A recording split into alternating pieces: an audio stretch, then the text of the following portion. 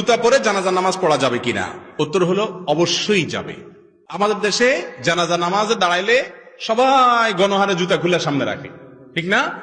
রাসূল করিম সাল্লাল্লাহু আলাইহি সাল্লাম বলেছেন, সল্লু ফি আলা সল্লু ফি নিআলিকুম, ও মুসলমানরা তোমরা জুতা পরে নামাজ পড়িও যদি প্রয়োজন হয়। কারণ ইহুদিরা জুতা পরে নামাজ পড়ে না, জুতা খুলে নামাজ পড়াটাকে জরুরি মনে করে। তোমাদের কখনো ঠেকায় পড়ে গেলে দরকার হলে জুতা পরে নামাজ পড়তে পারো।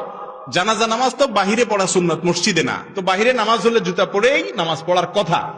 তবে হ্যাঁ, জুতার নিচে যদি নাপাক থাকে, আপনি একটু তলা দেখলেন, নাপাক আছে দেখলেন, তাহলে জুতা খুলে রেখে আপনি নামাজ পড়েন, বা খুলে তার উপরে নামাজ পড়েন, নামাজ হয়ে যাবে।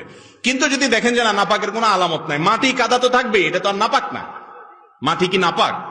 অতএব মাটি ধুলাবালি থাকলে ওইটা নিয়ে নামাজ পড়া যাবে। নাপাক দেখলে সেটা শুধু খুলে রাখবেন। আর আজকাল নাপাক কোথায়? আগে তো যেখানে সেখানে পায়খানা করতো মানুষ, এখন তো আলহামদুলিল্লাহ সব পাকা পায়খানা, যার কারণে যেখানে সেখানে তো নাপাক থাকেও না। যদি থাকেও, পরবর্তীতে জুতা কত জায়গা দিয়ে হাঁটতে হাঁটতে হাঁটতে ওইটা মুছে আলামত শেষ হয়ে যায়।